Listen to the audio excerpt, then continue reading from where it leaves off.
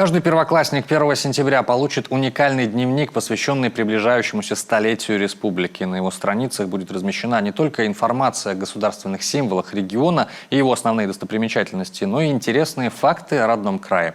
Над содержанием работали ученые, специалисты из разных областей. Предполагается, что такой дневник станет для ребят своеобразным проводником в многогранный яркий мир комикультуры и даже поможет увидеть необычное в обычном.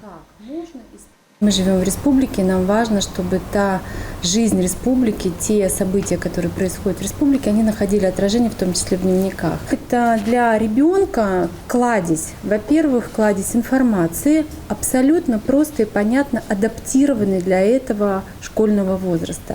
И здесь еще очень много интересных моментов, где даже первоклассник может проявить себя как-то творчески.